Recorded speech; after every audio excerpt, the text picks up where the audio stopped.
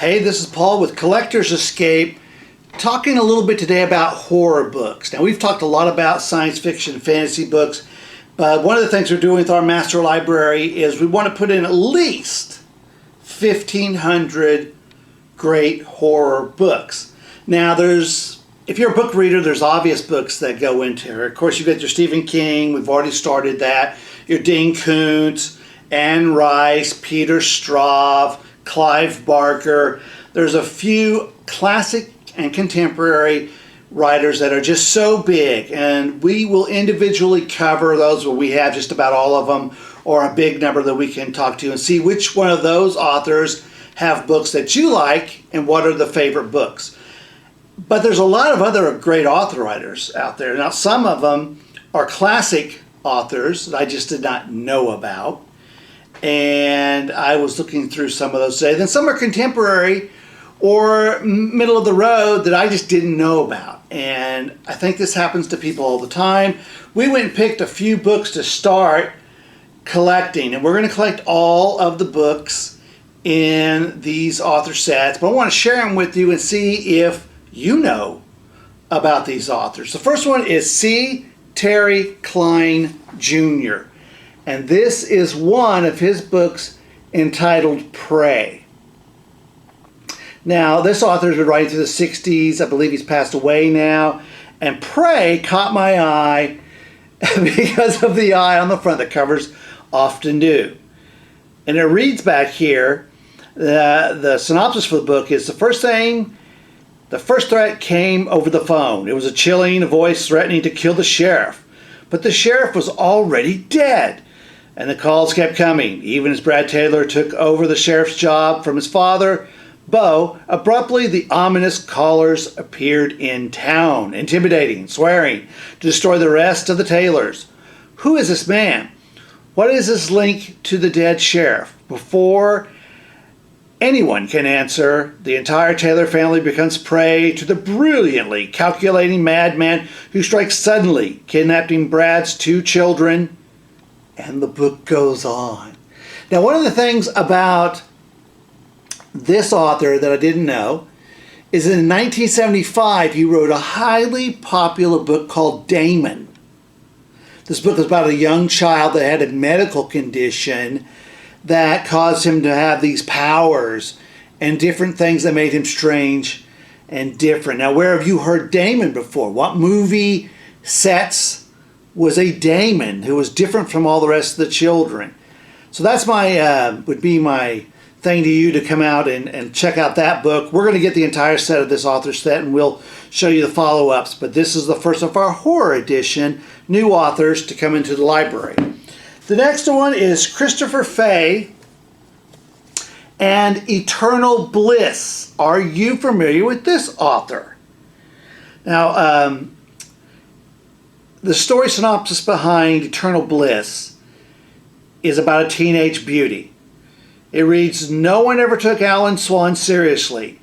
She had a fixation on teen superstar Bliss Marshall, but who didn't? The way her perfect face was plastered all over the newsstands, you couldn't help but fantasize about actually getting your hands on her. And then it goes into how it rolls from there. Now, there's another book in here that I would challenge you to look at, that by this author that I ran across during research on it. And it is entitled The Fly Must Die. We'll have it in this library, but it was a great addition, this author, to our horror genre. The next is what I call fun horror. And this author here in Vincent Courtney has a lot of cool books that are kind of like, not per se comedy, but real lighthearted and fun books. This book, The Harvest of Blood, is the second in a series. The first one is Vampire Beat, and it's about vampire police officers. And I thought, that's pretty cool. I can get behind that.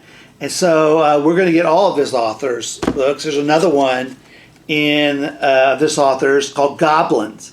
It's about a man who wants to make a vampire movie, and he's in the Scottish land making this movie when things start happening with his pregnant wife that are just not right.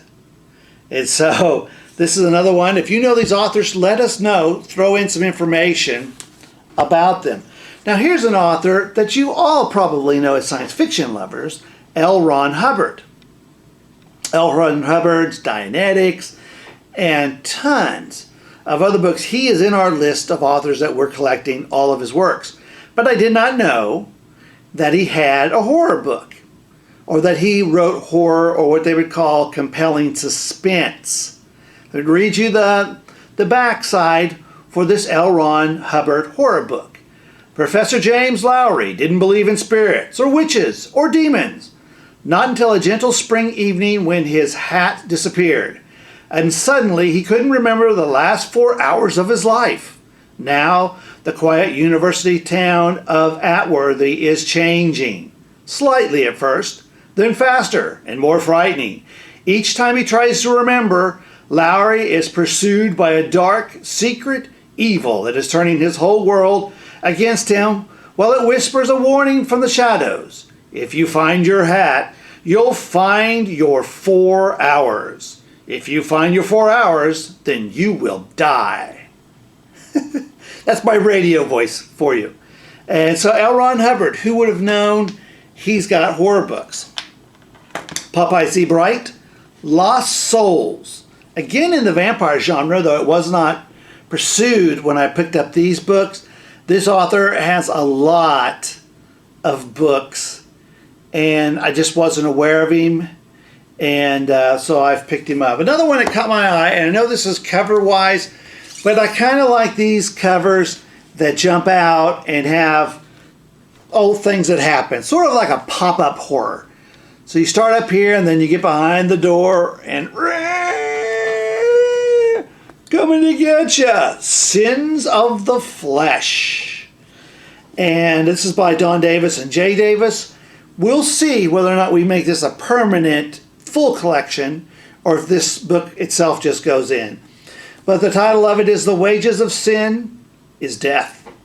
An innocent mound of grass covered earth, a weathered wooden door, a root cellar, shelter from violent storms, storage for farm produce. On the Walker Skies farm, the root cellar holds a dark and dangerous secret. So there's something in the old root cellar. What is the backstory? What are they trying to hold in? What are they trying to keep out? What's going on? I like these kind of stories, and I like these pop-up ones. So as we go through and we really go heavy on our horror books, tell us your favorite horror books. Tell us your favorite authors, and we'll pick those up and add. We need 1,500, and so that will take some creativity.